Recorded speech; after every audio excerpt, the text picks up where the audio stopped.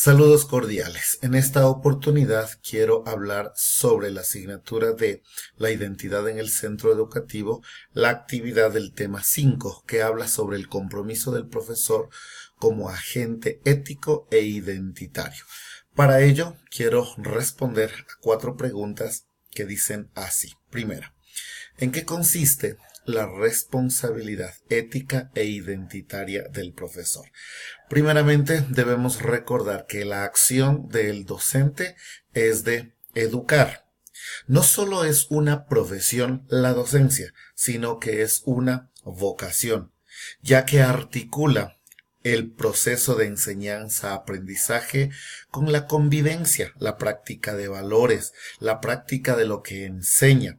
Tiene un sentido de pertenencia en el centro educativo.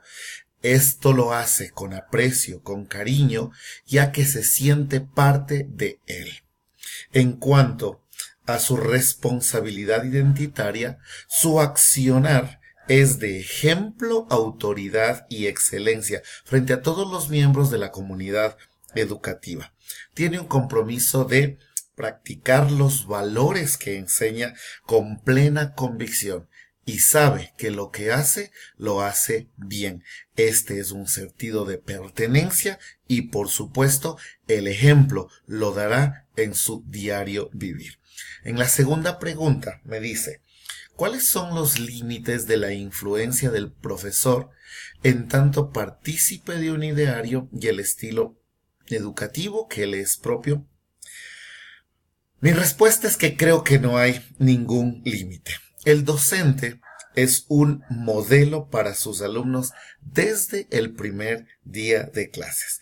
Es fácil observar cómo un alumno va cambiando su conducta a medida que va creciendo y en muchas ocasiones el modelo del maestro es más fuerte que el de los padres. El alumno puede pensar que le gustaría ser como él. Y como dice Esteban F. en su obra La perspectiva comunista, este hecho que no tiene que ver con la ambición, sino con algo parecido al amor, al eros, le da al profesor una autoridad sobre sus alumnos, sobre sus pupilos. Si el tratamiento de esta influencia, más bien que suele ser de tipo emocional o humana, podría volcarse al campo pedagógico o a las disciplinas que éste imparte o enseña, y por supuesto al cumplimiento de los valores, entonces estamos hablando de que verdaderamente el profesor es partícipe directo del ideario y del estilo educativo que es propio del centro. Tercera pregunta. ¿Cuáles son las relaciones entre los conceptos de identidad y verdad?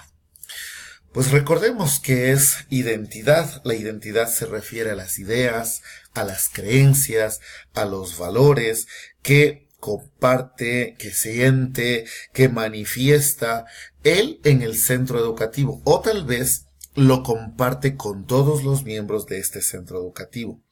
El individuo participa activamente y da sentido a su forma de vivir y de ver al mundo, a la luz de los principios y valores propios de su opinión. En cambio, ¿qué es la verdad?